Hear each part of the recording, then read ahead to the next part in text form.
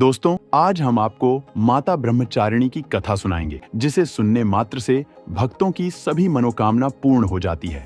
नवरात्रि त्योहार के दूसरे दिन माता ब्रह्मचारिणी की व्रत तथा उपवास के रूप में पूजा करते हैं। भक्तों, ब्रह्मचारिणी का मतलब होता है तब की आचरण करना। माता ब्रह्मचारिणी अपने भक्तों की किस्मत बदल देती है। हमारे इस वीडियो पर नए हो तो चैनल को सब्सक्राइब जरूर करें। दोस्तों, माता ब्रह्मचारिणी का जन्म कैसे हुआ, आपको एक कथा के अनुसार बताते हैं। माता ब्रह्मचारिणी का राजा दक्ष प्रजापति के यहाँ माता सती के रूप में पूर्व जन्म हुआ था और माता सती ने भोलेनाथ से विवाह किया था, परंतु राजा दक्ष प्रजापति ने महादेव का यज्ञ में अपमान कर दिया। भोलेनाथ के अपमान माता सती को सहन नहीं हुआ और यज्ञ हवन कुंड में कूद का आत्मदहन कर लिया। फिर अगले जन्म में माता सती ने हिमालय राज के घर में पुत्री बनकर जन्म लिया, जिसको माता पार्वती गौरी तथा माता शैलपुत्री नाम से भी जाना जाता है। फिर एक बार नारद मुनि माता पार्वती की दर्शन करने आते हैं और नारद जी ने आकर माता को प्रणाम किया। तब माता गौरी ने पूछा कि मुनिवर, आपका आने का क्या कारण है।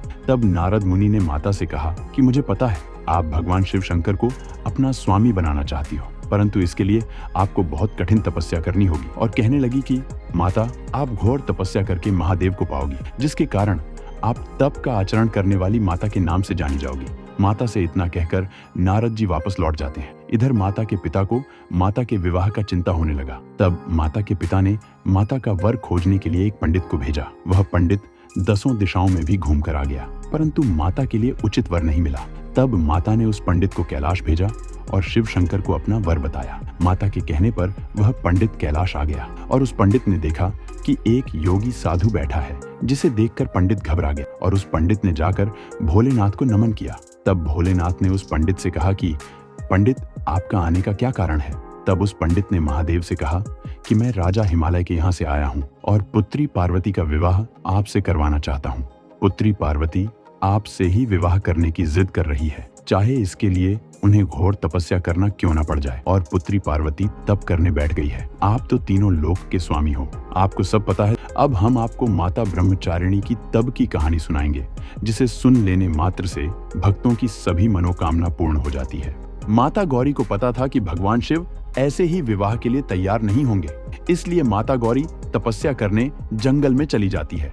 माता गौरी एकाग्रता से स्थिर होकर बैठ गई और शिव शंकर का नाम जपने लगे। तपस्या के दौरान माता कई हजारों वर्ष तक केवल कंदमूल खाते थे। इसके पश्चात माता गौरी ने कंदमूल खाना त्याग कर बेलपत्र खाना प्रारंभ किया और महादेव की घोर तपस्या में लीन रहती थी और सूखे पत्ते खाती थी। माता के घोर तपस्या को देखकर ब्रह्मा और विष्णु भगवान चिंता में पड़ जाते हैं। माता के सूखे पत्ते खाने के कारण माता का एक और नाम पढ़ना पड़ा। माता ने पूरा निश्चित कर लिया था कि भगवान शिव को ही अपना स्वामी बनाना है।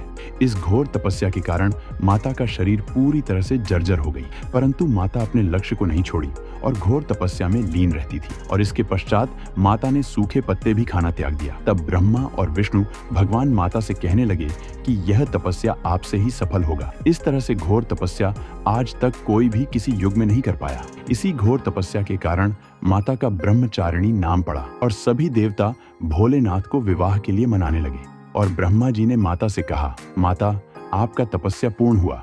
यह कहकर वापस अपने घर को भेज दिया और ब्रह्मा तथा विष्णु भगवान भोलेनाथ को मनाने कैलाश चले गए और भोलेनाथ से कहने लगे कि पार्वती से विवाह करने से सारे सृष्टि का उद्धार हो जाएगा और आपके विवाह से सृष्टि को मान जगजननी मिल जाएगी। तब भोलेनाथ ने भगवान विष्णु और ब्रह्मा देव की इच्छा को मान लिया और कहने लगे कि हे विष्णुदेव, आपकी आज्ञा को मैं सपने में भी टाल नहीं सकता।